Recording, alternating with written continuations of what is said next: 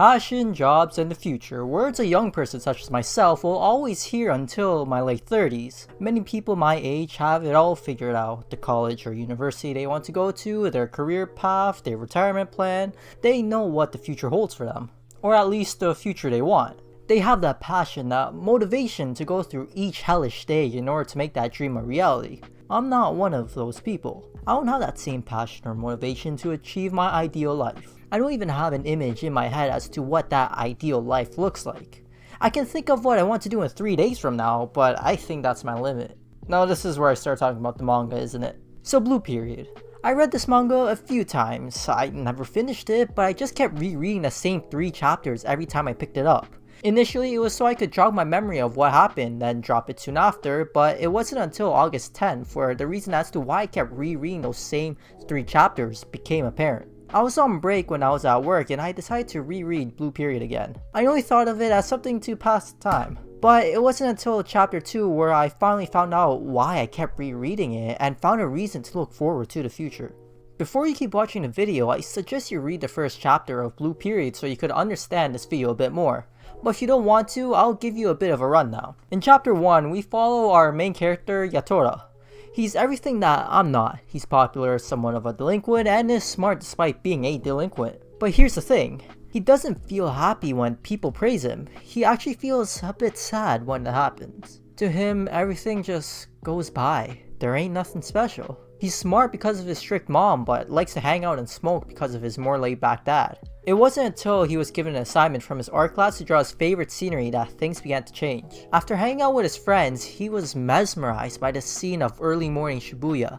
He tried to tell his friend about it, but his friend jokes around on how Yatora is just trying to sound all poetic. Yatora denies what he had just said and moves on. This isn't the end of that blue sky. He tried to tell a fellow student about the view he saw, but couldn't get his point across. That student tells him that her teacher used to tell her that if it looks blue to you, then anything can be blue, whether it's an apple or a rabbit.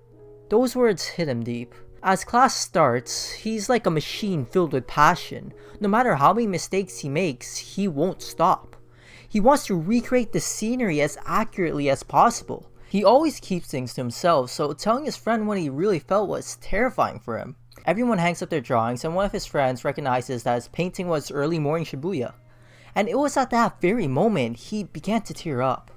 He finally managed to express his true feelings to others. So yeah, that was essentially chapter 1. As I said, it would be better if you read the chapter yourself. So chapter 2. The emotions really start to hit about midway through the chapter. It was when Yatora's friends were talking about how art class had an impact on Yatora, and how it was a good thing for him. He was a person who didn't really have anything that he was incredibly interested in.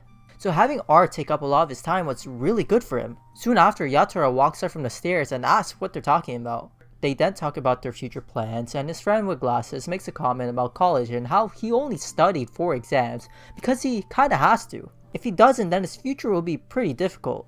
And Yatora agrees with this. He's able to do well in school because he treats it as a game, but he understands that treating it as a game or doing it just for fun is irresponsible.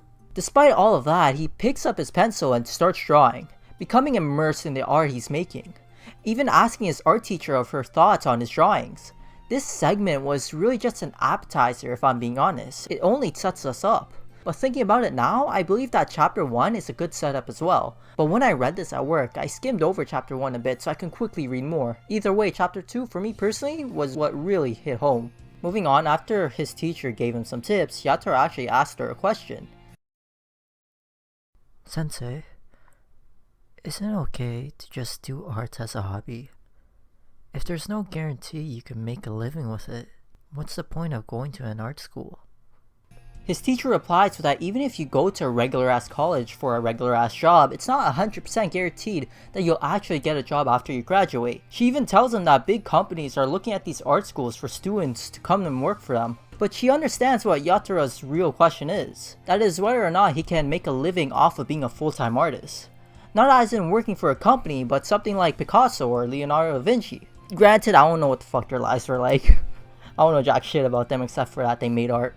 Going to art school isn't pointless. By going to art school, you can obtain some sort of status, you can gain some experience from the school, create relationships that can benefit you in the future. With the status of going to an art school, people may be more interested in looking at your work compared to looking at some random artist who posted a bunch of wallpapers in their neighborhood. After her explanation, she tells Yatura, Do what you enjoy as a hobby. I think that's too much of an adult perspective. Eh? I don't know where you learned that from, but kids who can't work hard are those that don't have any passion. It's only natural for people to invest their lives on things they are most passionate about. Yatura gets flustered and asks if she thinks he could get into an art school. She tells him that she doesn't know, but if you're doing something you love and you're putting in all your effort, then nothing can stop you. Yatura then quickly makes his decision to try to get into art school. He knows that it won't be easy, but his painting made him realize that this is what he wants. As I said earlier, I don't have that passion or motivations others have. I simply go with the flow, but this manga inspired me.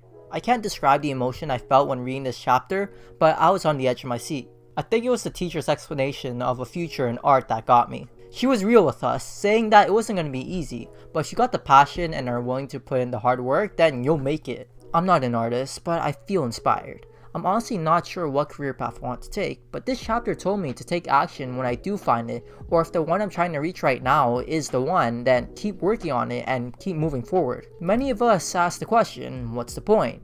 Just like Yatura did. What's the point of taking this career path if you aren't making any money? What's the point of doing this when no one will know that you did it? Let me use myself as an example. A few years back, I used to edit videos for people. It was completely free.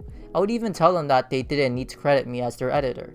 I told somebody this and they asked me why. I'm not gonna gain anything from this. Time skipped 3 to 4 years and he's in my English class. He asked me if I still edited videos for this one person. I said no. He then said that he didn't understand why I would edit videos for free and how he would have tried to charge people for it. So why? Why didn't I tell people to pay me or even credit me in their videos? It's simple. I just want to see them grow. I want to see what would happen if these people got help with their projects. They could have been a great writer but a terrible video editor. And without an editor, it would have been difficult to create their vision. I want to see what a bunch of passionate kids could do if they were given the resources to create what they wanted. I didn't want money, I didn't want fame, I just wanted to see a story unfold right in front of my eyes. So what's the point? The point is what you want to be. They say that English anime voice actors don't get paid much, but there are still people doing it. Why? Because they're passionate about it. That is their point. Animators don't get paid shit in Japan, but people still do it. Why? Because they're passionate about it. That is their point. Do what you want to do.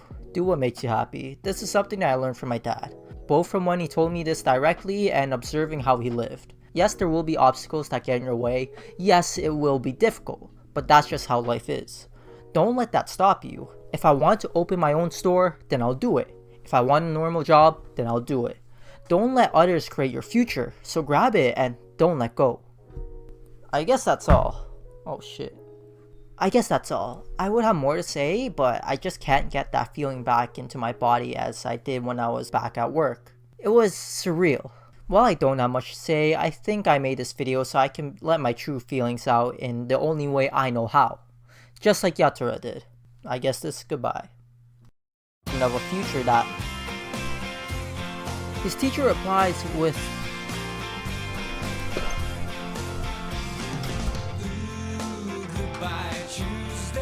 Now I'm sweaty in this.